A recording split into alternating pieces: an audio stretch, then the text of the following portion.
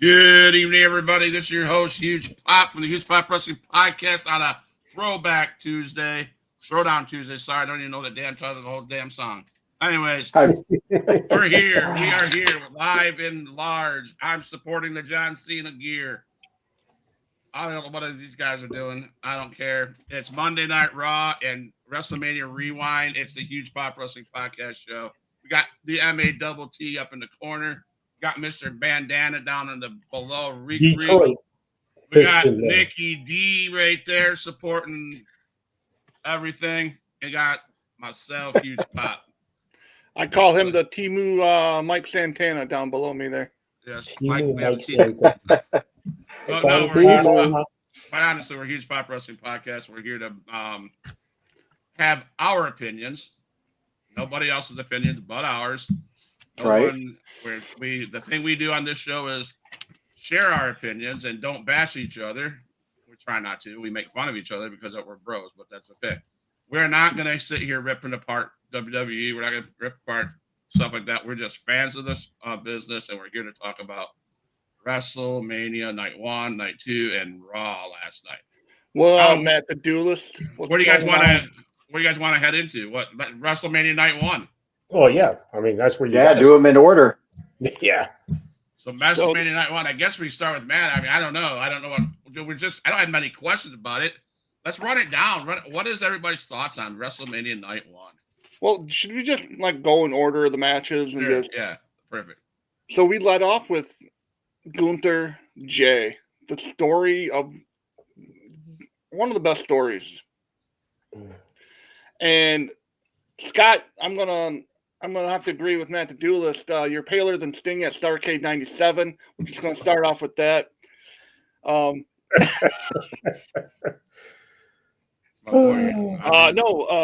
the Duelist, there'd be no pun intended, but you stole my line. I used that line night 2 in the chat. Come on, man. Come on. So Gunther Jey Uso, quite honestly, Jay winning was best for business. It was David versus Goliath, and him tapping Gunther out was chef's kiss. I think it was perfect. No, I think making him tap out was like the exclamation on it. Not just beating him, not just 3 splashes, but actually choking him out, making him tap out. You did this to my brother. I'm gonna make you pay. Because if you beat somebody, you pin them 1, 2, 3. But if you make them tap out, it's just so much more. And they're having a lot of backlash. No pun intended, because that is our next pay-per-view coming up. But they're having a lot of backlash and hate on him.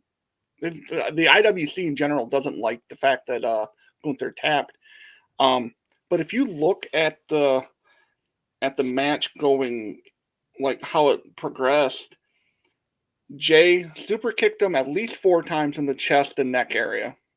Mm-hmm. He gave him 2 frog splashes off the top rope, and 3. And the third one was onto his back that knocked the wind out of him, and then he choked him out. It makes perfect sense to me. Mm-hmm. All right. Yeah. It just does. Yeah. Yeah. I loved the match and the finish because I thought that makes sense, and Gunther's fine. Gunther doesn't need the belt. When it happens, because I started watching, so I had to go back and watch it. I didn't know what the heck was going on, and you guys were in the chat, and I caught it after the match. That's when I started watching. At first, I wasn't a fan of him tapping out. I didn't like that because I felt everything else was fine, but I didn't want Gunther to look weak. But then, because I knew that he tapped out before I went back and watched it. When I went back and watched it, he still looked like Gunther. He still looked like it took everything in the world to beat him. So I was fine with it. Absolutely fine with it. The only other thing I had about that is like all the hate that the internet's spewing about him tapping and so quickly and all that. You go back to all the times that he has tapped out, like when I think one of them was against Ilja Dragunov back in NXT. And then there was another one that someone made him tap out a couple years back. Those two times that he tapped out, it was quick taps. Excuse me. It's just the way his MO is. Like he's not trying to get stretched. Like if he knows he's in trouble, he's just going to tap and like he's not going to take any major damage. You know what I mean? Like he's just like, all right, whatever, I'm done. It's realistic. Yeah. It's realistic. You think of one of the greatest mixed martial artists of all time, Ken Shamrock. Ken Shamrock mastered submission, but if you caught him in something, he would tap out right away. He didn't. He would try, and if he could get out, he would tap out. And he used to get some criticism from, why didn't you just stay in it or whatever and do that? He's like, why? Why am I going to risk injury or risk, like you said, getting stretched or having stuff get hurt? Like I'm beat, I'm going to tap out. I think as a fan, I think a lot of people didn't like the finish.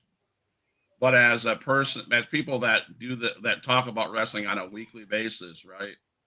We know what to look back at. Matt hit it on the head. How many times did Jay? Well, we've seen Jimmy get choked out.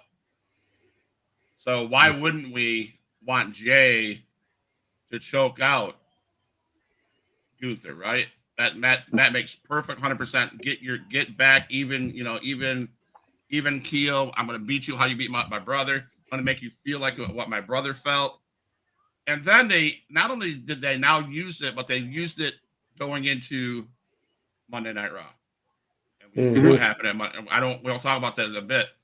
But to me, that choke out was a start to the story that happened on Monday Night Raw. Everything Pat McAfee said, everything Cole said, the whole segment. So that is brilliant to me. Yeah. That's all I got to say. There's only one other thing I have to say about, and you'll notice that all my critiques and everything, there's going to be a pattern here. I'm going to adjust the IWC a lot tonight. Because the IWC, there's specific people out there. If they do watch this, they'll feel attacked, but it is what it is. People didn't like the fact that Jay won because Gunther was this big monster. They didn't like that he won because he's not supposed to be the guy. It's not realistic. It doesn't feel right. Yada, yada, yada. Yeah. To that, I say there's two things, and it's a name. Buster Douglas. Scott knows this name like it's a bad dream in Scott's mind. Buster Douglas. Yeah. You know that you only know that name because he beat Tyson. Shocks the world. Yeah. It's the same thing. It's the same thing. You know Sami Zayn more so for beating Gunther last year at Mania. By the way, Gunther is 1-3 at Mania, or 1-2 at Mania. The last two times he's been to Mania, he's gone in and lost the championship. Just saying. Yeah. He can't win the big one. Yeah, which is crazy. Crazy. Especially if you think back 3 years ago. I think it was 2 years ago when you had the that insane match between him and Sheamus and Drew McIntyre. Yep. Where they beat the living snot out of each other. Like that was one of my favorite matches. Like that was amazing. He won that. Yeah, that's the only WrestleMania match he's ever won. Wow, that was brutal. That was a great match to win, though. Oh yeah, it was. I still remember it. It was great. Yeah, and I didn't expect the last thing I'll say is that the submission caught me off guard. I didn't expect like Jey Uso to use the submission. So he's not a wrestler that's known for that. So it was kind of neat. It was different. It was unexpected. You know what I mean? It's not like the like he rolled them up in a small package or something like that, that you see a 1,000,000 times. So next up, we have Eric and Ivar versus the New Day. I quite honestly thought this was going to be a popcorn match. I didn't think anything was going to happen. But to me, it had me glued. I was like, holy shit. The only thing that I had that was, and it's a nitpick, and I'm going to sound like a Cody Cornette. I'm going to sound like the IWC for a second. My one F-bomb for the night. What the fuck were the Raiders thinking? Wearing that absolute heinous, they look like freaking like cartoon characters. They look like the kids from Clash of the Clans or whatever. That's why they wore it. It's so horrible. I know, but that's why they wore it, because they were like, they were wearing like the Clash of Clans gear. But I gotcha. I know it looks was just ridiculous. I mean, it's almost as bad as the Giant Gonzalez reference that they made, that New Day wore. Oh, you're not talking about what they wore at Mania. Yeah, that was a Giant Gonzalez reference. That was El Giant, yeah. Is that what that? I was trying to figure out what that was, because they're big into wearing like anime stuff, that's like what I thought tons of anime or video game stuff. And when they came walking down the aisle, my wife said they look like video game characters.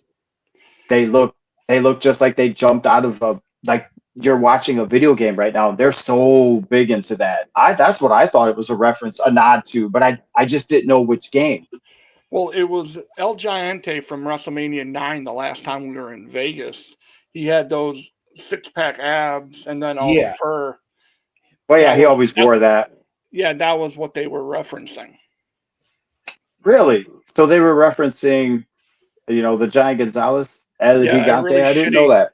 Yeah, they were referencing a really shitty gimmick from the 1990s. Well, their outfits look sweet, though. Throwback, man, throwing some love. Yeah, their outfits look sweet. It was horrible. I thought their outfits looked sweet. I thought they were awesome. That, like I said, they tore the house down, and then I have one thing left. Pat McAfee, after they won and they took off running with the belts, and he says, "They're running like they stole something." I was like, that is amazing. I love Pat McAfee. Yeah, he's great.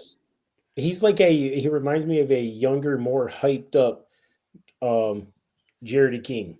Yeah. He just go off and say whatever. He's running like they stole something. Yeah. Yep. That match, and just to tell you how good that match was, because my wife was sitting next to me, and she's like, "Yeah, I'm gonna watch matches here and there," but most of the time she was like looking at her phone.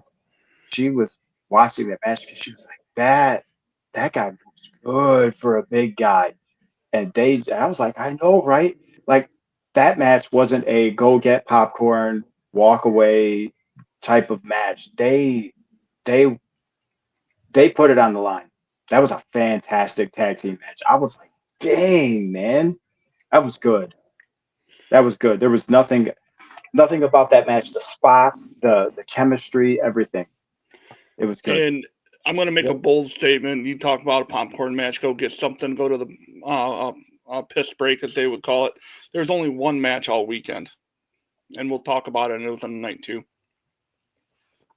That's in my opinion. Okay. What'd you think of the Viking Raiders or the War Raiders and New Day, Rico? I like everybody else, man. I really liked the match, and I gotta say, man, the War Raiders, we know how good the New Day are. We just know that, and they show up every time. The War Raiders, they amaze me every time they come out. It's like, for me, I keep watching them, like, okay, they're better than they were last week. Like, they're getting better every time. Yep. Those guys are just freaking sweet, man. I love watching the way they move, like doing stuff. You're just like, what? How was he able to do that? But no, the big fella, that's Ivar, right? Mm-hmm. Yeah, Ivar, man. God damn it, that dude moves like like a swan, man. Like you shouldn't move like that. Nope. You should not be able to move like that. Scotty, what you got? What's on your mind? That just sounds like a clickbait question. Next. Take the hat off. All right, well, I didn't know. Seriously, I didn't. I was at a wrestling event. I didn't get a chance to watch that one. But again, that's a clickbait question. We'll move on. oh wait, I'm sorry. It was night one was my piss break match. I'm sorry. Okay. Next up we have Jade and Naomi, I think was next up. That sounds right. Yeah. I think That sounds right. All right, I'll go last since I've gone first couple. Go ahead, Scotty. Nip slip, right? Oh, yeah. Chocolate boobies. But no, honestly, she showed her strength, her power. I did watch that one. That one was a beast. That's all I gotta say. Jade Carter, she's a beast. Yeah. And she showed Naomi what was up. You know, but I like how kind of bringing out that darkness in Naomi. Yeah. You know, showing that heel side, like, okay, here we go, you know, but Jade just put it to her and showed how tough she is, and all that rage came out. It didn't go as smooth as I thought it could, but it was still a pretty decent match. I agree. I was very impressed. Naomi, different side of her, different music, different. Unless she used that music before and I just didn't catch it, she was different.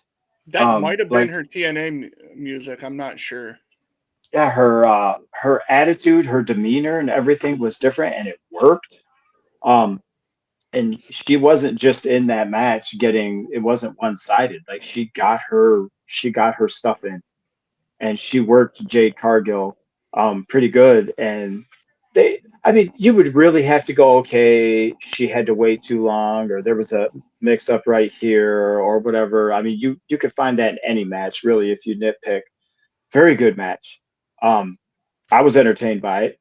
Didn't walk away, didn't turn away. I watched it. It was good. It was good. I liked it. The spot of the night. This was one of the spots of the night. Of the whole weekend. The electric chair into the power bomb. That sequence was ridiculous. Hey, I saw something afterwards. So I think I saw it online, or maybe it was Monday when I was working and I was listening to stuff. Did she get hurt on that spot? No. They're trying to say that Naomi got hurt. But that's not legit. That's a work. Okay. Yes. I was wondering if it was because that was a heck of a bomb. Yeah, it was a heck of a spot. Wouldn't be surprised if she did get hurt. That's what I mean. When I heard that, I was like, oh, maybe she really got hurt on that. Oof, man. My second thing is it's a nitpick. I popped pretty big when Naomi came out wearing, I called it Owen Hart inspired gear, with the caution tape and that kind of stuff. And I go, enough is enough, and it's time for a change. Yeah. And yes. I was like, Vintage Owen when he turned heel. Yeah. Mm-hmm. When he was part of the Nation. I don't know if you guys remember that. I remember when he joined the Nation. That was so bad. Those were. It was bad, but I always looked forward to it because that was a group of people that you'll never see together again. Like the Nation. That was when they still had Rocky Maivia. That was when they still had like Mark Henry, D'Lo Brown, like Godfather. You know, shoot. Did Ron Simmons already get thrown out, or was he Farouk? Was he still in the group? Yeah, he was still there. I was going to say, I think he was still there. Yeah, you look at all of those names. No. When Owen came through, I don't know if Farouk was still there when Owen came through. Okay, so maybe he was. That's the only thing I don't remember is if he was there. But I remember there just the stuff they did. And yeah, it was short lived, but whatever. I remember it. So was it Ray Phoenix and Taco Bell Nacho Grande? Is that what's next? Or Gosh dang. Yeah. that was actually those two boys. It's it's just a shame that Chad Gable didn't get a WrestleMania match this year. It's just a shame. Yeah. It is a shame. It's a missed opportunity. But Absolutely. El Grande paid his respects to him and said, "Gracias." So bad. That gimmick's horrible. The gimmick is horrible. The gimmick is horrible. But that match was fire. Yeah. That match was fire. Gosh dang, that match was good. Ray Phoenix. The IWC. This is my next thing about. I'll go at the end. I'm sorry. So it's Ray Phoenix. I'm going to sound stupid. Is Ray Phoenix and are they brothers? Ray Phoenix and Penta. Yeah, Penta. Are they brothers? I don't think they're blood brothers. You don't think they're brothers? Okay. I don't think so. Okay. I could be wrong. I heard they were. That's why I asked. I didn't know if you guys. Yeah, I heard they were, but I don't. Yeah, know. I haven't looked into it to see if they actually are. Mm-mm.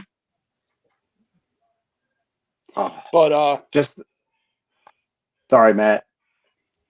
God dang it, where'd it go?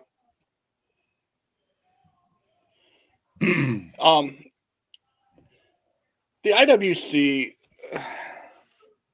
No, go ahead. Because I got to collect my thoughts again because I was just thinking about other things. I was gonna say a spot, amazing chemistry, stupid, entertaining, fun, fast-paced match. But there was a spot in that match, and Chad Gable did it. I came up. I was like, oh my gosh! Like I came off the couch. It was when he did that insane backflip into like whatever he did and landed on his back. I know what you're talking about. I don't even know what you call that, but when he did that, I was like, dude, that was nuts. That was nuts. And I just that to me was like, man, this freaking match is like I thought when Ray, like I'm thinking, okay, Rey Mysterio's not in it, and this is just we're gonna plug somebody in. I thought the match might be, like we say, run to the bathroom match or something like that. I sat there and watched that whole match. That match was good. Yep. That match was very good. I was like, dang, man, they're batting 100 on this. All of these matches have been freaking fantastic. And that was one I thought wasn't going to be very good, and it was. And they all were paced very well. Yes. There was no hitches. There was, except for my bathroom break one, because I hated this match. It was the worst match of the weekend. But the IWC hated this match for several reasons, because the commentary is talking about they went political for a minute, still calling it hailing from the Gulf of America and all this and that. And then they shouldn't be doing that, since they're working with AAA now, or bought AAA now, or whatever. And just reading into it, the IWC is so freaking toxic, and it's people on Facebook that really irritate me, that they nitpick every small little thing about these matches. Sit back and enjoy the show and enjoy the art of what is professional wrestling. That's why. Okay, so that's honestly, I'm gonna give you a precursor. That's why I'm wearing this, because I sat back and I watched the beginning of Monday Night Raw, and it opened my eyes. We'll talk about that later. The thing with the Ray match is, well, why they bury Ray? Why did they bury Ray? He's making his WrestleMania debut. Why did they bury him? They're just burying him. I'm like, no, he doesn't need to win. He put on a hell of a match. That's his that's essentially his debut match. Let him. and he put on a great match. Yeah. How many people get to debut at WrestleMania? Exactly. You know what I mean? And that's have the a thing, like, have it a match doesn't- like that. a match that good. It doesn't matter who wins, who loses. That No, because was a they're great both at the match. end. They both look like winners. Like nobody's going to look at that and be like, Yeah. "Oh, one's better than the other." They put on a clinic, man. That was fantastic. The next one up is LA Knight and the Samoan Werewolf. I honestly thought this was going to be an absolute squash. And these boys put on a clinic. Yep. They I've never seen LA Knight look as good as he did with Agree. Jacob. Never seen it. And I'm an LA Knight guy. I know. I agree. There's I agree. only a couple times I've seen him look that good, and that was when he was in NXT. Like I haven't seen him look that good in a while. Yeah. I haven't seen him look that good since he was Eli Drake in TNA. Oh man. Oh, he worked, man. He worked in that Dummy. match. Scott, what'd you think of Mr. LA Knight? Because I know you're his biggest supporter. I mean, he did look good. He looked really good, but that's what happens when you have a match with they're both of them can work. The greatest Samoan in all of Samoan history. Fatu is doing so much that no other wrestler could even think of. I mean, that dude has so much balls in him that to do that flip, that bounce off the second rope, hit the top rope, flip. What the hell? Yeah, I know. And then land it. And I'm like, oh my God. And then you had LA Knight that sold the hell out of that. And he was so good. I mean, Yep. so good. Yep, Oh, yeah. And I was happy to see him in a match like that again, because I'll be honest with you, LA Knight stuff as of late has been, I don't want to say lackluster, but lackluster. Well, he'd been paired with Shinsuke, and to me, Shinsuke and they're two styles. They don't really mesh. Yeah, they didn't mesh. Yeah, and with Jacob and LA Knight, I think that's a good feud to have for a little bit. Like that's a good problem to have. With those two guys can work. Yep. And Jacob, man, he lives up to that phrase, gas, no brakes. Like he's just boom, go. Yeah, you're not lying, dude. He does not slow down at all. And it was just crazy to see that crowd and to see how behind him they were. When he won in the end, I was like, just look at the pop he's getting. Oh my gosh, this guy's I heard somebody on one of the wrestling, I was listening to like another wrestling show, and they said something that made me think. I was like, oh my gosh, and that might be true. Like he's basically not intentionally, but he has made them almost like the WWE forget about what they were doing with Solo. And Solo was supposed to be the guy that they were going to push and all this stuff. Remember, he took over the whole thing. Jacob Fatu is that freaking good. We said this last week. He makes you pay attention to him. He makes you pay attention. And when he won and that crowd popped, I was like, dude, remember this guy's a heel. Like I think I turned over and said that to my wife. I was like, he's a heel. He's a heel, and they're going nuts over him. And I'm happy. Yep. Like that dude is legit, man. He is freaking legit. I love that mask that he wore. That werewolf mask that he had on when he came out to the stage. I was like, oof, that thing was ridiculously that thing is so cool. Hey Dad, this will be the last time you see me wear a hat. My other thing, and this again, sticking with my theme, my theme for the night for myself is addressing another IWC thing. People are losing their mind because Haku came out, and people don't understand that he has multiple different names that he goes by. Who knew that? When you work for different promotions, you don't get to keep your name. Yeah. Haku, Meng, Yep. whatever else. So, but that's fine that you call them whatever you call them, but to get upset about it and like feel attacked, come on, really? They were upset about that? You're Yeah. you're saying people are mad on the IWC about. Oh yeah. All right, can I say something real quick? I don't got time. Who has time out of us four to bitch about what name he was at the WrestleMania? Well, did you know he was Haku? Well, he was Meng. Hey, dude, if you knew Come anything on. about wrestling, yeah, we did. And that, whatever. Yeah. Watch Do you know that my dude, name? man. Do you know my name is Gail and I go by Scott? Oh no, you didn't, did you? Well, so I call him my asshole. question is, what's the big deal about it? Seriously, Yeah. what's the Well, big deal? because the IWC is so fickle, they want to be the only one that's right.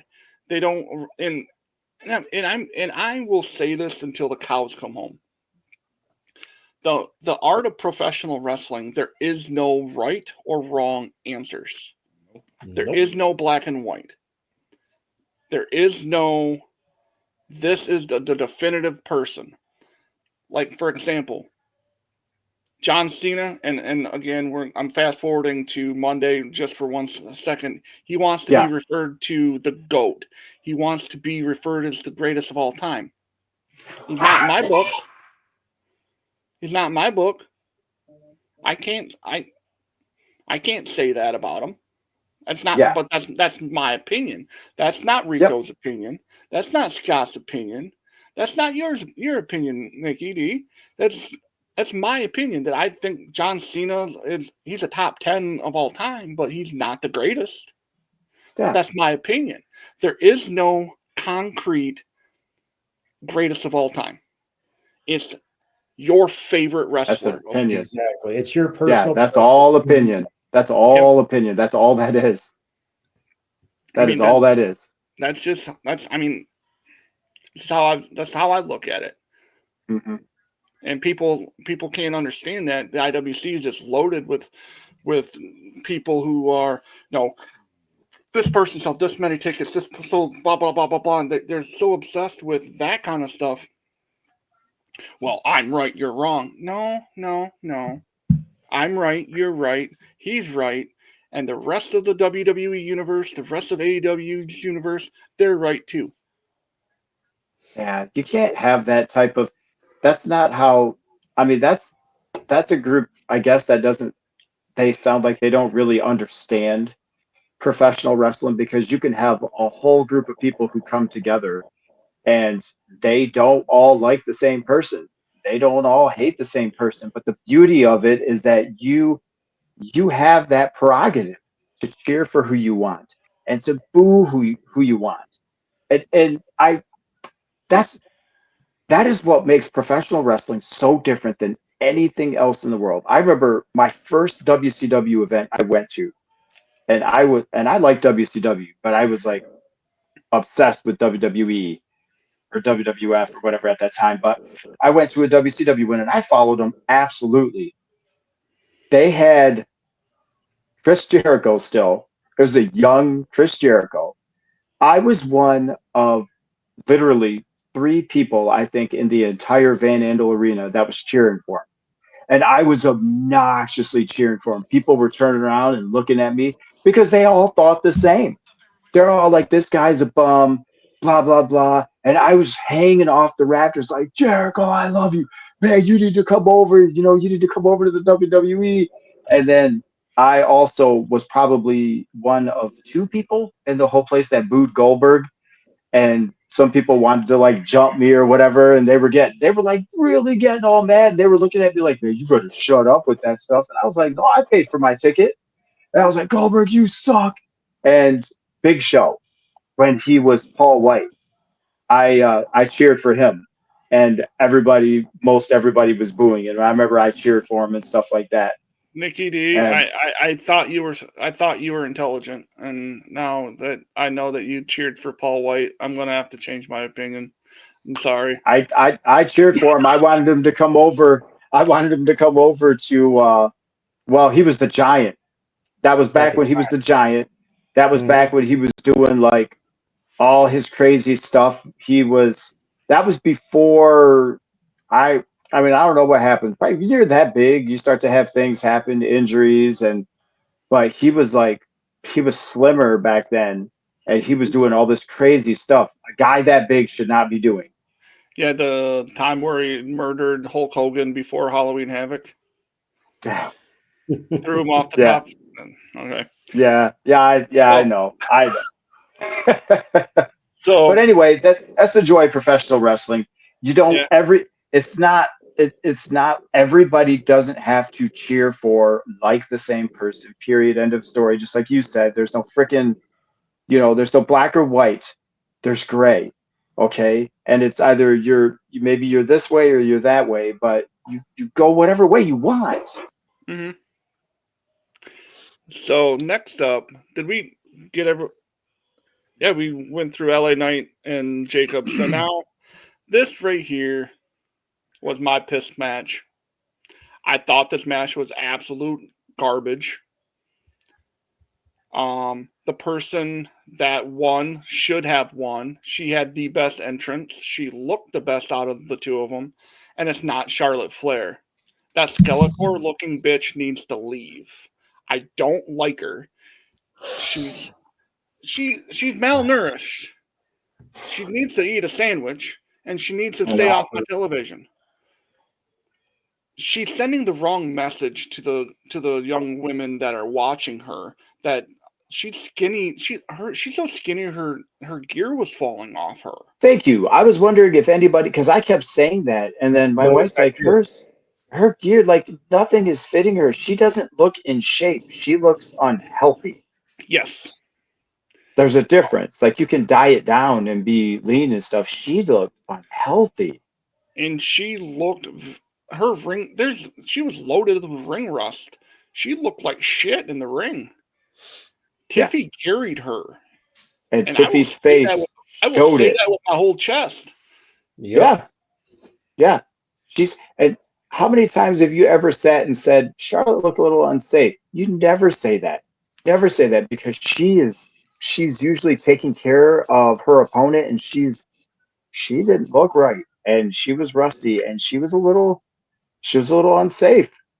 Yeah, it showed there was something going on there. It definitely showed in that match. Yeah. But like you said, the right person won who should have won. Mm-hmm. I didn't watch it, so to be honest with you. And just then, her face afterwards, man. Her face showed it all. I was like, good grief, dude. She actually got it fixed that night, so she's back to looking like she should. Figured. Well, something happened because I stayed up. I don't know how, but I stayed up and watched the press conference, everything where people were coming out and they were interviewing people.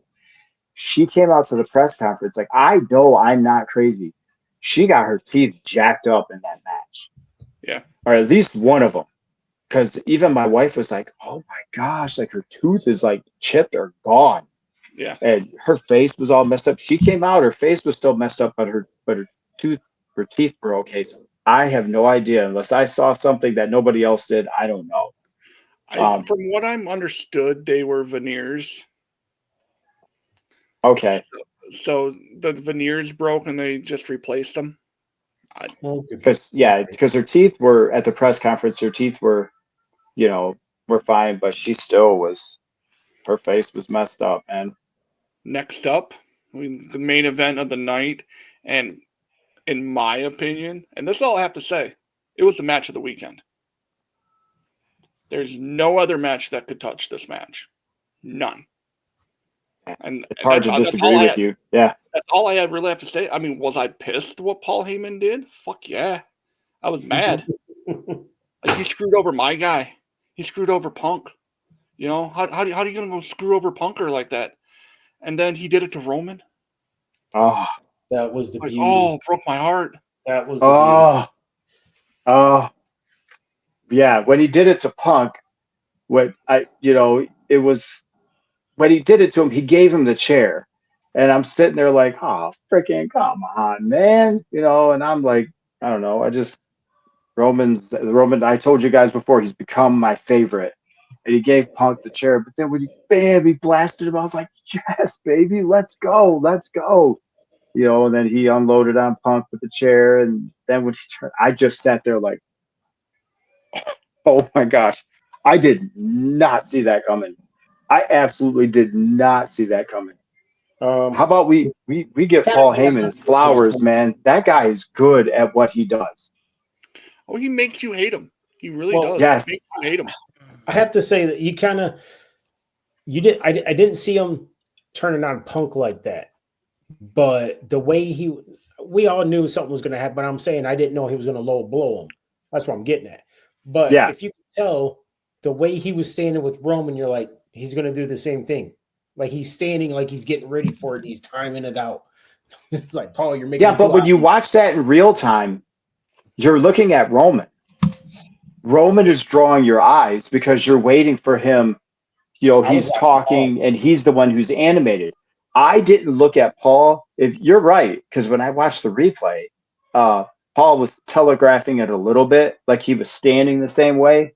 Mm-hmm. But when it happened in real time, I was just looking at Roman. So when he did it to him, I was like, oh, you freaking jerk. And I just sat there like, tell me he's not with Seth. This is insane. It's amazing, but it's insane. Like, and I think I sent in our group text, my head just exploded. That was the best way I could describe that moment. I'm like, I don't even know what to say. My head just exploded. This is off the chain. That's off the chain. I would have never predicted that. So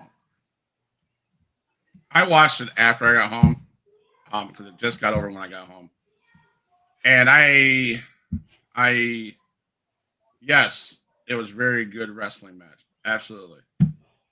My problem I need to figure out for myself as a wrestling fan is I need to step back. Because to me, that match ended like everybody thought it would end after SmackDown the Friday before.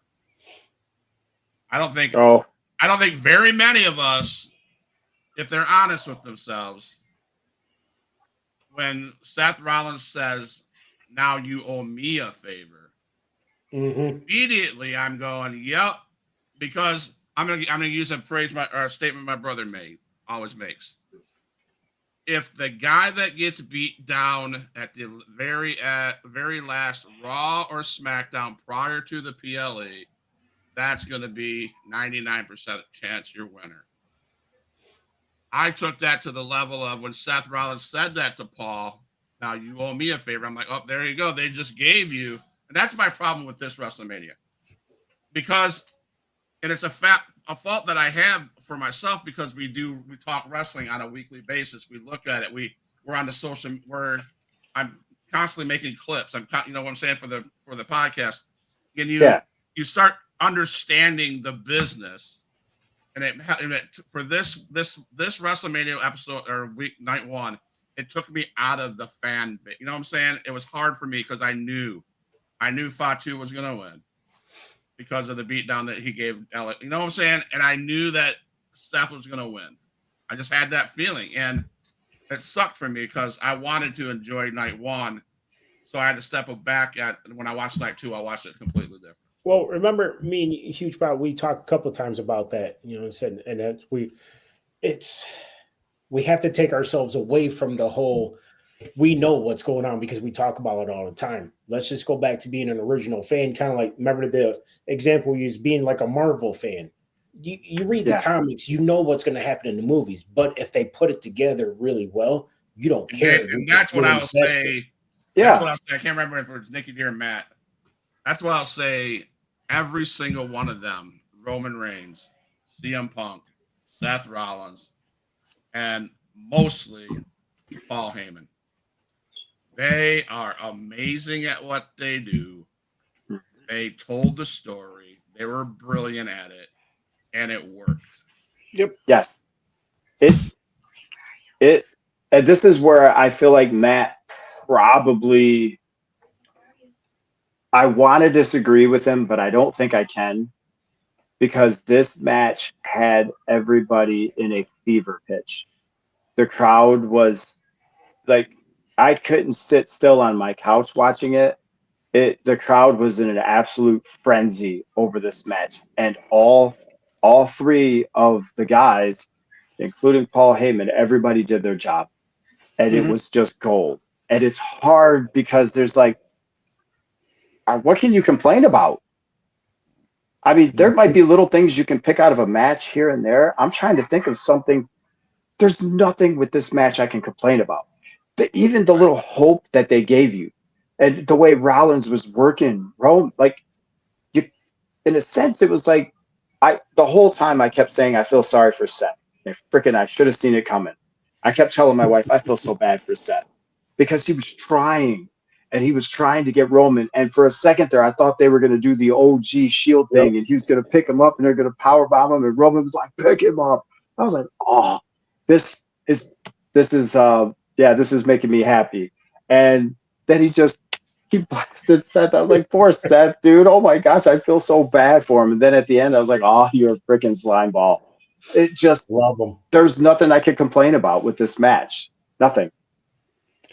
I think for me, like I'm probably the only one out of the four of us that can watch wrestling in through two different sets of eyes. I watch it through obviously what we do each week here, but I also have a 12-year-old son who loves the business and loves watching it. So I can't take it so damn seriously. And I Yeah. honestly wish more fans could be like that and be able to just watch it like we did back in the 80s and 90s when it was we like back in the 80s and 90s who who was watching for botched spots out of the four of us? I know I wasn't. No. Nobody. Yeah. No. You're not No. wrong.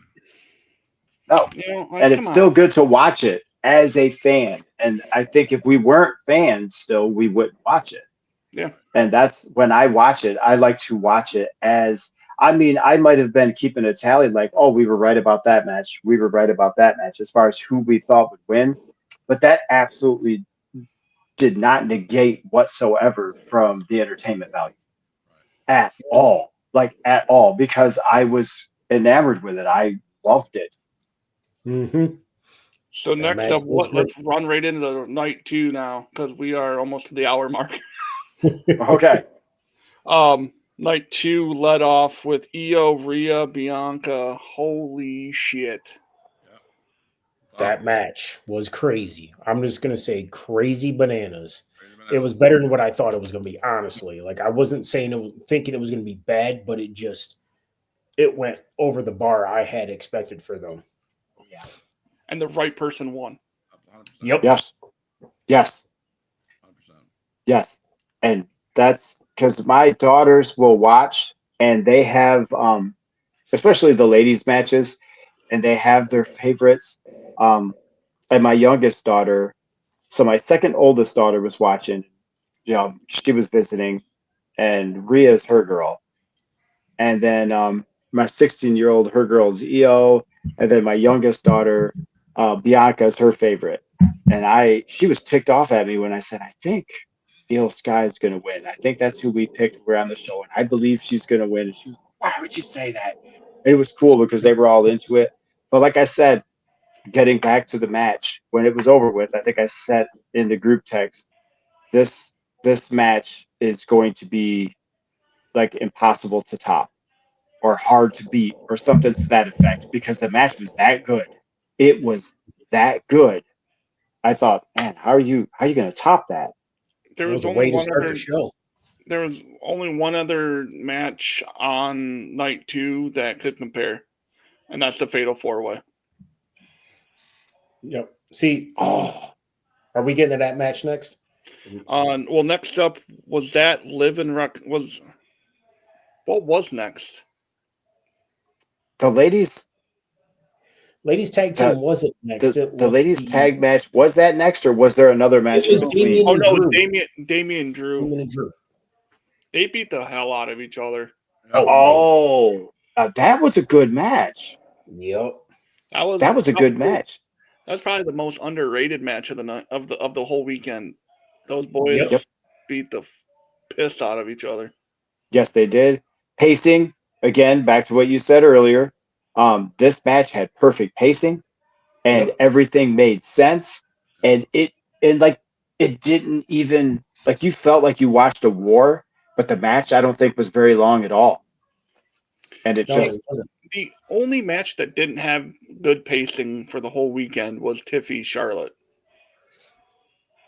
The rest of them had perfect pacing, except for one moment in the last match, but we'll get to that. yeah. So next up was the tag team. I think it went because they kind of alternated back and Yeah. forth. I believe Bailey, not Bailey. Becky. Yeah. Becky. We kind of all knew it was going to be Yeah. her. I mean, My issue is, and I didn't. yeah.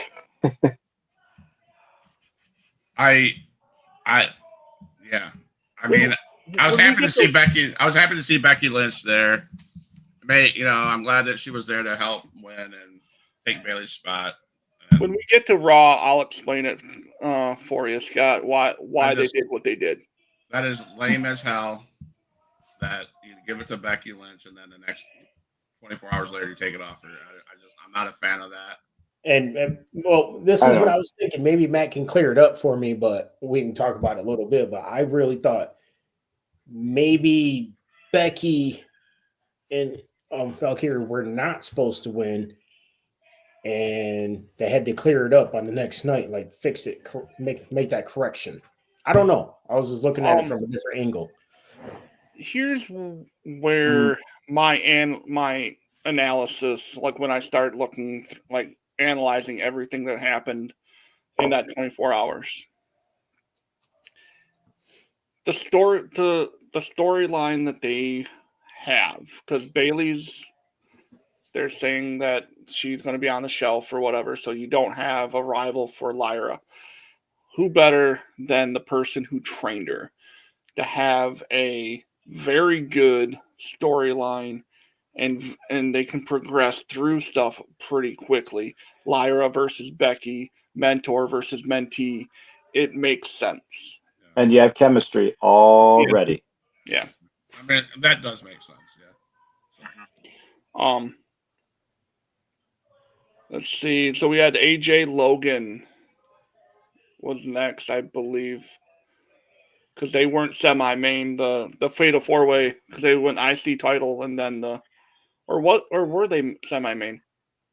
I don't think they were. No, I think it was next. It was AJ and Logan. Yeah. I did like Okay. that. I like that match. I like the ending. I mean, I'm not mad that Logan Paul won. I'm really not. I think I loved how I think AJ turned down the brass knuckles or could have used the brass knuckles. He's like, nah, Yes. no, not doing it. And he ended up putting them over, and I have no problem with that. They both were amazing. Yeah, because that fell into the category of it was such a good match. Didn't care who won. They both just put it out there, and it was Logan shows you like, man, he puts in the work. He trains real hard, and he shows you in the ring. He takes it seriously. Yeah, he does. He does. I think I was upset because I felt like that match was too good for distractions or interference, even though it kind of played into something maybe that we're going to continue with Karrion Kross and AJ Styles. That's fine, I guess. But I felt that was unnecessary. They were telling a great story on their own. And It then was necessary. It was necessary. It was probably necessary, but I think I was a little frustrated afterwards because I I wanted one for AJ. Like I feel like AJ is getting there. You know, he's he looks great, he moves great, but I think like he's getting close. You know, the guy's wrestled ever. And so I wanted one for him. So I think I was a little annoyed.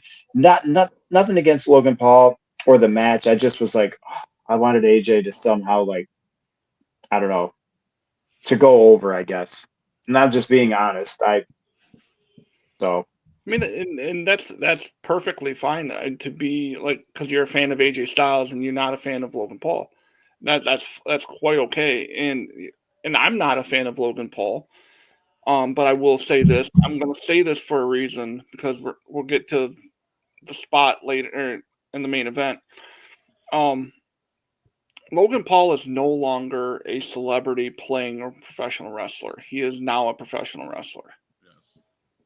He has stepped into that category. He is no longer the celebrity. He is a WWE superstar. He has proven himself. He's been given guys like Roman, guys like Cody. He's been given opportunities to show his worth, and he has done exactly that. agree. That doesn't mean I'm a fan. That just means I respect him. You respect what he's done. Yep. But I consider myself a fan of him and what he does. I'm more of a fan of AJ, and it's just the respect thing. It's like AJ's done everything. Come on, guys. Just give him this, give him this. I will say this: they asked him about why he turned down the TNA Hall of Fame recently, and he goes, I think that would have been an absolute slap in the face to the WWE, and I don't want to do that and disrespect them. When I go into the Hall of Fame, I want to be completely retired, and I love AJ for that. Like, that is amazing. Oh yeah, absolutely. Respect right there. So Scott, what'd you think about Logan Paul, AJ? Again, like I said, great match. They didn't need the interference. I did love Karrion Kross being there. I thought that was cool. I thought they set that up for something down the road with AJ Styles and Karrion Kross. I know my boy. Even when I seen him, I'm like, yeah, my boy Rico's going. Yeah, he's biting at the bit. He's probably his boy's there. Probably getting a little bit more excited than he needs to be at his chair, but I figured that WWE, give him a chance. Come on. Yeah. So, well, I think after that promo he cut on oh that my God, podcast, that was freaking that promo on the podcast. That was fire, man. And if you think for a second that's not a work, if you think that's a shoot, you gotta analyze things a little bit better, because that was definitely a work. Mm-hmm. So that was not a shoot. I know we're at the. Let's talk about the main event. I have a clip on here that I want to ask you if you thought it was a shoot or a work. Real quick before that, I just want, because Matt, you said how night one main event, that was best match of the weekend. We all have our ideas. I got to say mine. I just want to bring it up, that Fatal 4-Way. I think that for me personally, that was just the best match of the weekend. And Dirty Diamond's now a face. He is now a face. Unbelievable, dude. It's unbelievable. Love that guy. Man. I told you. I wasn't a fan of that at first, but it makes sense after Monday Night Raw. Yep, sure does. Mm-hmm. I mean, it is all because, and we said it when we did our predictions. What one guy did not need to win that? It was Braun Breaker. He didn't. Braun Breaker, and that was the one I picked. And if you lose, if you take that title off of him, we said this on the show, all it will do is elevate him to the next level. Yeah, he's fine. He showed on Monday night. He's just fine. Yep. So agreed. So the main event, I'll go first so I can get my spiel out of the way, because I'm pretty sure I'm the longest one. Match was great. Until the last minute and a half to 2 minutes of the match. And it's not because of the ending, because John Cena winning, great. I'm so happy for you, Cena marks, who love him. You got your 17. You got the record. You got to see your boy create moment in history. That's no issue with that at all. My one issue is the fact that Travis Scott took damn near 3 minutes to walk from the goddamn curtain to the ring and left Cody Rhodes and John Cena sitting there like, duh, what am I going to do?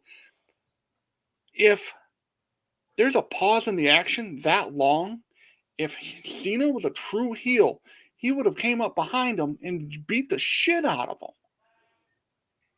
Where was that? They were both sitting in the ring like, it's a slap in the face to us as fans because it's not real. Like, But wasn't Cody still stunned? Like was, hurt or whatever? I mean, not for 3 minutes, I know, but he was selling. I think Cody was selling because Cody was probably thinking, dude, what is taking so long?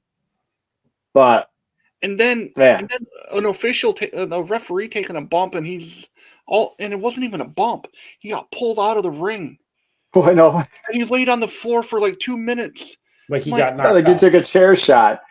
He got pulled out of the ring and acted like he took a chair shot. Like Mike Chioda took a shot like that, and he didn't stay down that long. No. Shout out to Mike Chioda if you're watching. Yeah. It made zero sense to me. Like it was stupid. No, that I agree with you 100% right there, man. I love the match, and a lot of the wrestling that Cena was doing, it was like he was like showing you, yeah, I can wrestle, and he was putting on a great show. But the last couple minutes was like you had this. It was up here, and now it just dropped here. Like I didn't have an issue with him low blowing or kicking him in the nuts and hitting him with the belt. I had no issue with that. Nope. It's everything. Okay, Travis Scott is a celebrity that thinks he's a professional wrestler. Newsflash, you're not even good at your real job. So stay away from pro wrestling. Hunter put it right. Hunter put it like this today at a press conference. Oh, I seen it today. Hunter said, this is a shitty point. I mean, I'm sorry, Hunter, if you'll probably never watch this. But what Hunter said made sense probably to him. I didn't want to hear it. The reason why they put him in that spot was he's such a big WWE fan. Well, okay, then where's everybody else? Put me there, and I'll run down that way. No, it's not because he's a fan. He's probably a fan of the sport or the business, but he's also a money draw, dude. Mm-hmm.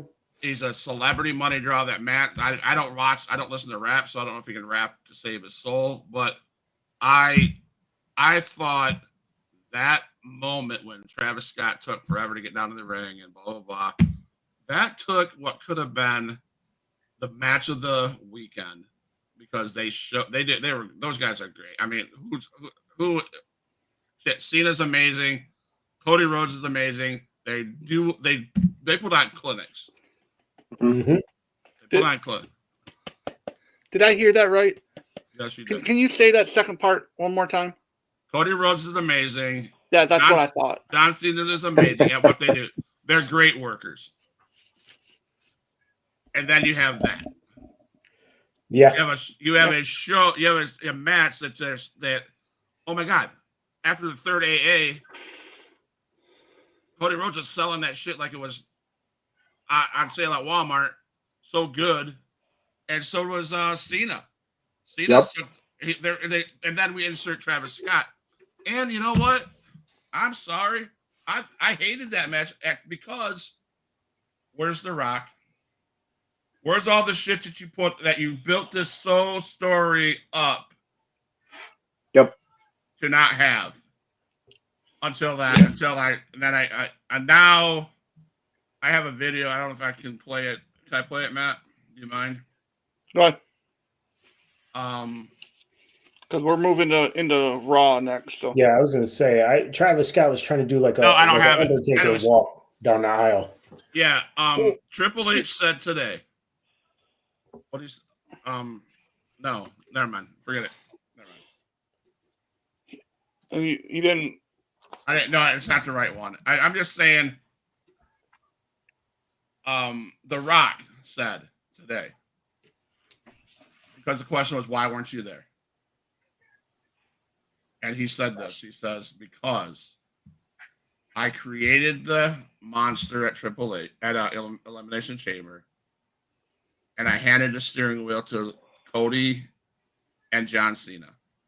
Now, this is their story to tell, not mine. He goes, the final boss could walk away from this whole story, and it'll continue to be a gem.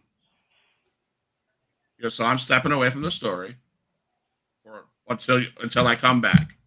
So I'm like, oh, so you didn't have no plans to be there, which I wish he would have been. Yeah, but he wasn't, like you said, he wasn't needed. But definitely, neither was Travis Scott. No, I think I agree with him, and he's right, because they took it, they ran with it. Cena and Cody Rhodes just killed it on the way up to this match. And I think that's what has so many people scratching their heads. It's like, if you were going to have a run-in, The Rock would be the only acceptable one. Right. So I didn't find it. Not Travis Scott. Yeah.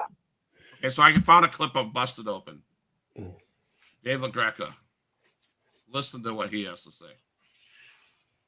When it comes to being fans, I get it. I'm a wrestling fan, but I cannot believe the same people that bitched and moaned about this guy 15 years ago, about this guy 10 years ago. He buries everybody, never puts anybody over. Now you're surprised by what we saw last night.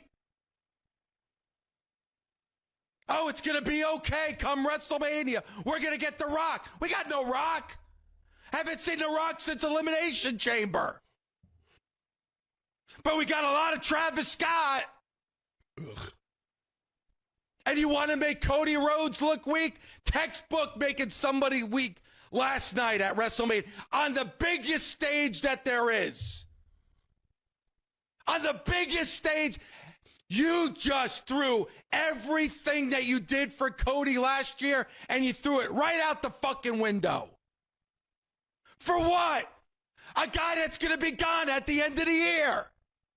But I love John Cena. Fuck you. Because all I heard was you bitch and moan about this motherfucker, and now I got to hear it on fucking Twitter, on Instagram, and people bitching and moaning, leaving Allegiant Stadium. This is what you fucking wanted this. Where's the fucking camera? This is what you fucking wanted. This is what you fucking wanted. So don't bitch now. Fuck you. Tell me how you really feel. God, I love Dave. Dave's such a good dude. I wish I would have watched that earlier. It was on my list, and I didn't have time while I was working. That was shoot, right? He's shooting off his hip. He's shooting. Oh gosh, yeah. Now, Dave LaGreca does not have any ties with anybody. He is busted open. He is like, yeah. But he's not wrong. He's not wrong at all. I'm gonna go back and watch the whole episode. He's not wrong at all. Hey, he's not wrong. You pulled that from TikTok, right? Yeah. Send that to me. Yeah, we sent that to me. I'm gonna watch that. Because I got a couple people that I need to send that to. I won't send that yet. But no, I watched that. I'm like, wow, you're not wrong. You're not wrong at all. Yeah. Yeah. The only thing they could have done, because the match got ruined by the ending, I liked, but by then it was already, where he had a chance to use the belt, where Cody had a chance to use the belt. The official wasn't up, and he could have hit Cena with it, but he couldn't bring himself to do it, and John kicked him in the nuts. And that was the thing that they were alluding to before that. He said, you're not willing to, you care too much about what they think, and you're not willing to do what it takes. I thought that would have been nice without any of that other stuff. Have that. That would have been perfect. Right. Because it builds on what John was saying about him. Like you're not willing to do what it takes.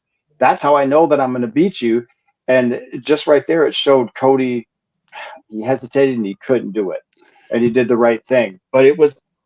Did anybody else notice? It was odd to me.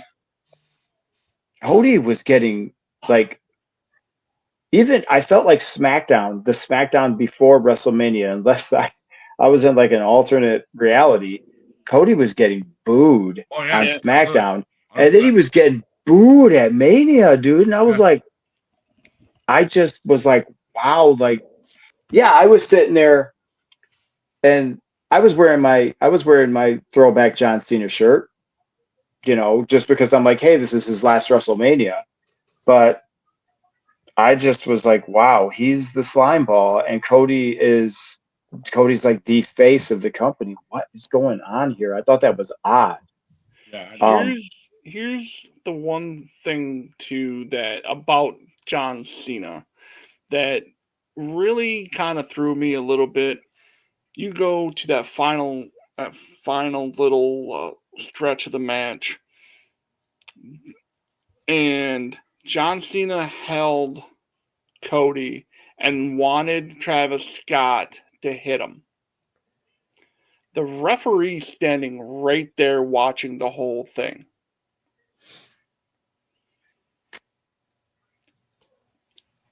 If Travis Scott pulls the trigger and what the hell? There we go. If Travis Scott pulls the trigger and smokes Cody, Cena's disqualified. Mhm. Yep, match over. Like, like, like seriously, like, what was he thinking? Like, the referee standing right there watching the whole thing go down, and I'm like, this isn't the way That they're was gonna. all. That was all so Cody could get his receipt because the world knows that Travis Scott injured Cody when he, was in that whole thing at Elimination Chamber or whatever it was when I can't remember where it was, but he got in the ring and he blasted him and he stiffed him. Mhm. So when I saw that happen, and I was like, oh, Cody's going to get his receipt. He's going to get his receipt. I love this because he deserves it. I think maybe that's why they did it, but I don't know. Like you said, ref standard right there. So we got 20 minutes to throw Raw around for a few minutes. We want to lightning round this, Scott, or Yeah. Okay. So Kinda have to. all I really want to talk about is, well, one of the biggest things I want to talk about is why I'm wearing this hat. The opening segment was John Cena, right? that we didn't talk about Joe Hendry. I forgot about Oh, that. yeah, that's right. The mystery opponent for Randy Orton. But we can. I mean, He's probably cheering his butt off over there. no. When I seen that, and after I thought about it, that's the only thing that made sense. Yeah, yeah. Really, I loved it. I loved it. It's too soon to bring Rusev back. Too soon. Not in a match like that. I didn't think he being away from Raw, being away from WWE. You don't insert him in WrestleMania. There's too many other people that would have got pissed off in the back. Mhm. Mm-hmm. And why wouldn't you not have the TNA champion? Why not? Yeah. He was already in the Rumble. Got a huge pop, huge ovation in the Rumble. So like, why not? Let's put him out there. You could have a little fun with it, and they had fun with it. My favorite Huh. part of it was when Randy Orton did his spin. He went like this. He would turn around. He did that. I was like, That come was on. great. That's when I sent in the group chat. I was like, I love Randy Orton. That was so fun to watch. That was so fun. I loved it. It was awesome. It was such a cool moment. It was really, really cool. Randy Orton may have had the best weekend of any WWE superstar because he planted Cena hard last night, Yep. and I loved every second of it. So did everybody else. I loved it. So, but going into WrestleMania, I wasn't a fan of Cena and that story I was pissed off at Elimination Chamber. I thought it was ridiculous. I thought, what, all this shit. I didn't understand. Watching what John Cena said last night made sense.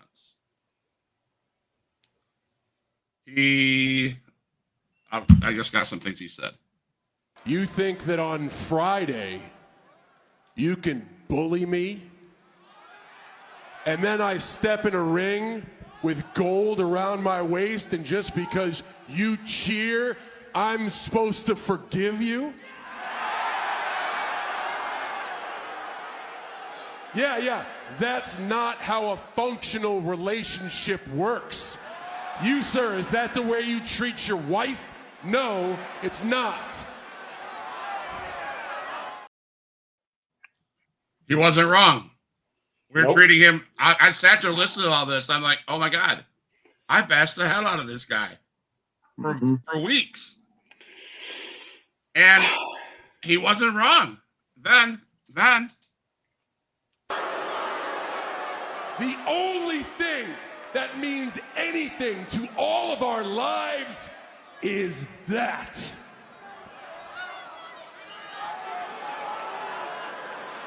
"36 dates. I told you at the beginning of the year, 36 dates and I'm gone. Time passes, guys. Time passes so quickly we have no idea. Let's count down the time you've already lost. Netflix debut, Indianapolis, Toronto, London, Brussels, Glasgow, Las Vegas, Las Vegas, Las Vegas. 27 dates. Not matches, appearances. Yeah. You say I can't wrestle, I don't have to. I just have to show up and do this.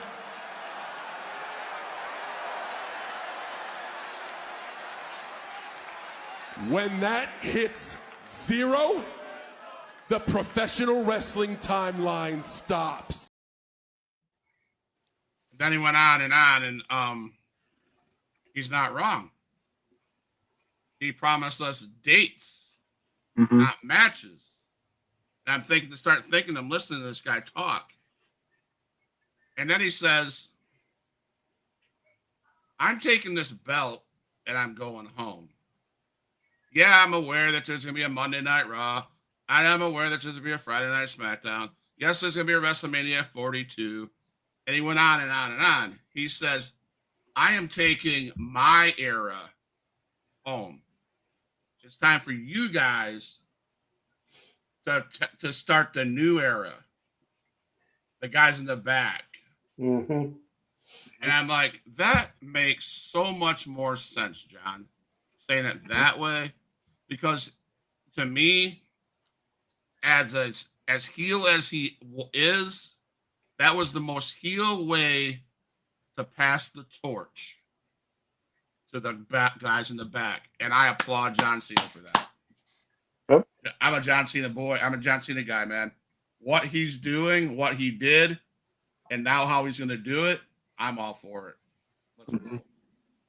Yep.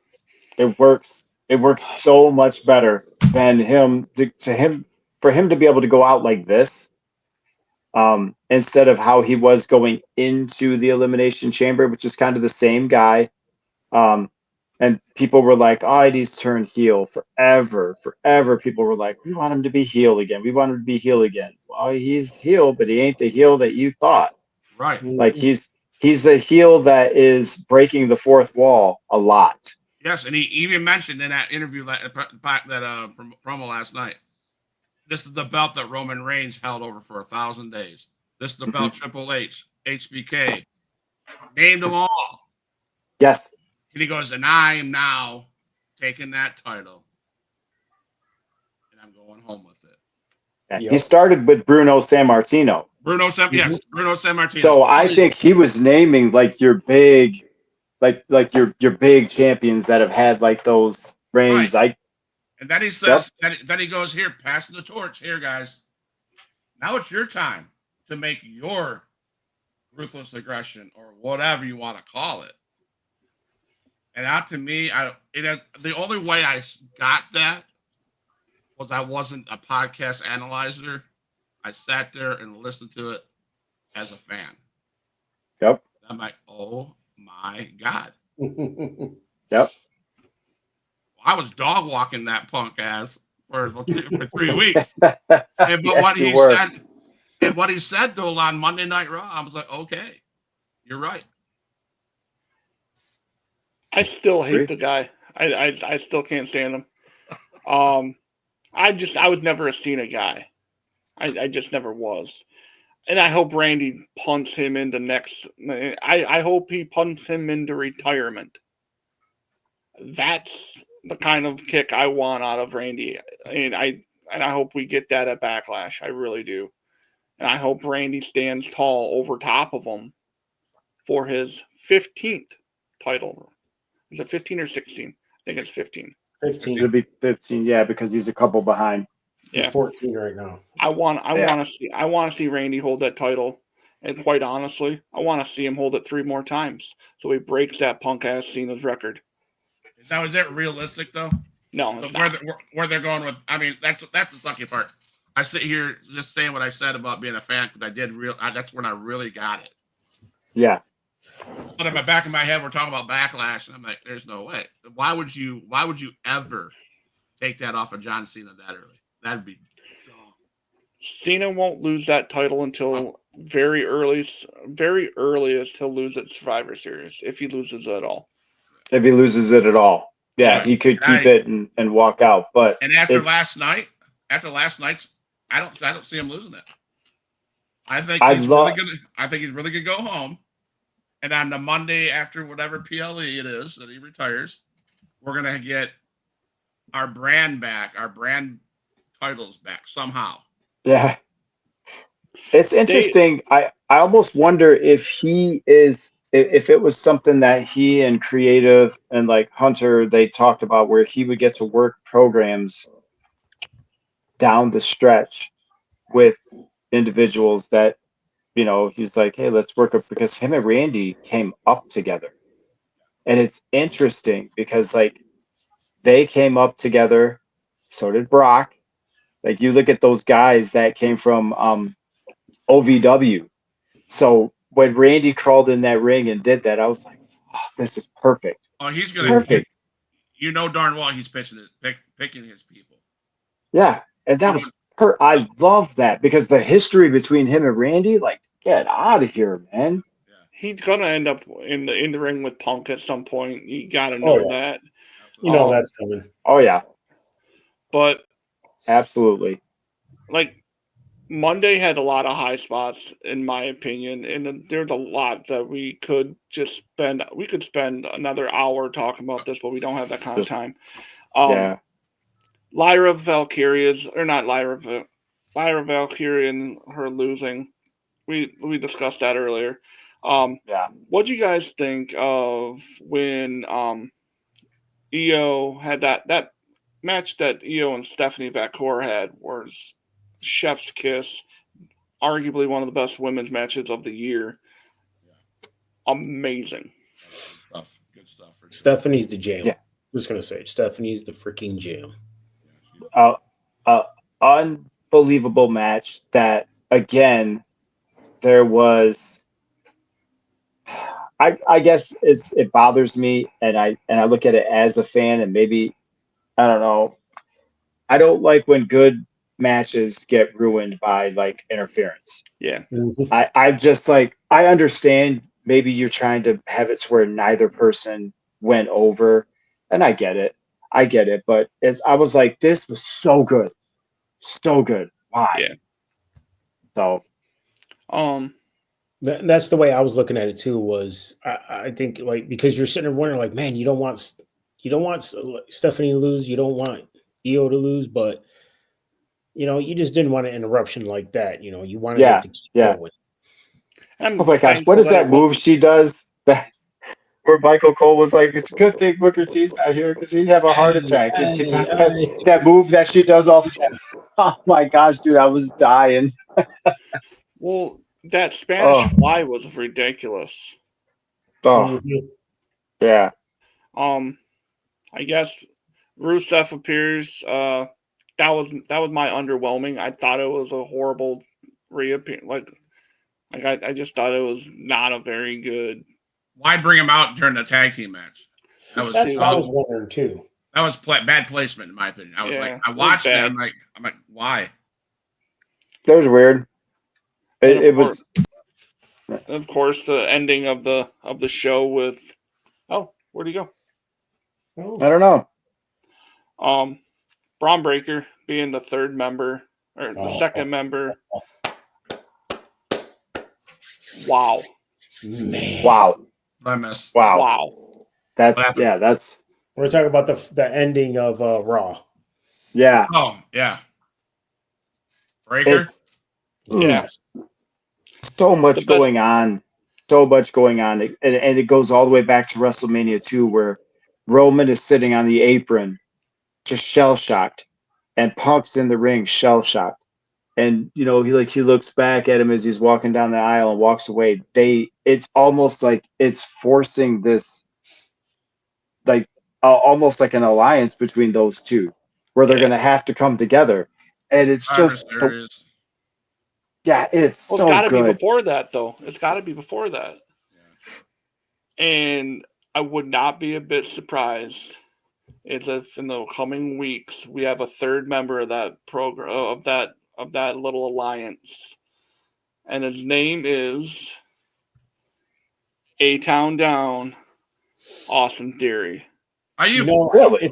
It's funny you say that because I was thinking that because if you remember, there's only two guys I remember in the past 2 years to where Paul Heyman has walked up to him and has told him, "I see potential in you. I see great things in your future." Breaker and freaking Theory. The only two guys. I forgot about that. At first, I'm I like, was thinking the same no, thing. no, Austin Theory makes no sense. But now that you say, I forgot about that. And he's That is, selective. Paul is selective too. He's another one that it's almost real. Like whoever he's working with is somebody he really wants to work with. And the company, he nags at him and they're like, fine, freaking Paul, work with him. Whatever. Just like him and Punk. That was an unholy alliance they never wanted to let happen, but they eventually let it happen. So if and they you could bring talk. if they bring A Town Down in, they turn it to they turn from being a powerhouse to a bunch of bitches. I'm not saying you don't I you don't bring in Waller. You leave Waller out of this. You Oh just my have Austin gosh. Theory. no. You can't. Yeah, It's like no. No. it makes sense. It truly makes sense. I mean, it makes sense because he's a Paul Heyman dude, but Well, Listen, so was Curtis Axel. Curtis Axel was a and he's Paul not going Heyman to be guy. there. He ain't going to Yeah. be there. Yeah. No, It's like no. I don't know. I like just the two of them right now because it blows your mind. It's like it just blows your mind. It's like two people you did not think would ever be on the same team, and there they are. And Seth's like, "That's my boy. That's my boy." And it's like it's awesome. That's what I mean. I like it just those two. This is me personally. I like it just Seth and Breaker, and then that forces this alliance like that you never thought you'd see between Roman and Punk. These are freaking Right. like just mega stars. And then you've got Braun Breaker, which we've all talked about a lot, like Jacob Fatu. That dude is like going to be the future. There you go. There you go. I guess Seth, we have to bring. architect, man. He's a freaking architect. You got to bring that. I don't know. And there's rumors that Moxley. the name of this alliance will be the Revolution. Hmm. How original, right? the revolution. Since he is a revolutionary, he's a a revolution- visionary. Will they bring Yeah. Becky in? Will they bring Becky Lynch in? No, there's no need. So there's just There's more of a need to bring her This in than guy's the group. dumbass No, there's Austin not. Theory. I hate Listen, all listen, huge spot. Just because they're not bringing your boy Baron Corbin in doesn't mean you have to hate on dude. Theory. I mean, I I'd hate rather. that. I hate I'm with Huge Pop. What you guys say makes sense, but it doesn't mean I want Austin Theory No, in that group. no. I don't. I don't. I'm sorry. I see, and this is my opinion. I see the potential in Theory. I'm not saying he sucks. Austin Theory does not suck. He does not suck. But I don't think. As long as they leave Waller out of it, I'm fine. Yeah. Mm-hmm. Agreed. I don't know. I mean, I don't hate want to sound Grayson like Waller. I think he's absolute dog shit. I don't want to take anything away from Austin Theory's wrestling ability because he's good, but not. I don't want to. You got two. He's got to win. He's got a WrestleMania win over John Cena. Dun, dun, dun, dun. You know why? Yeah, that is why true. He does. You know why he has that win? You know why he has that win over John Cena? I'm better than you, and you know it. I love that guy, man.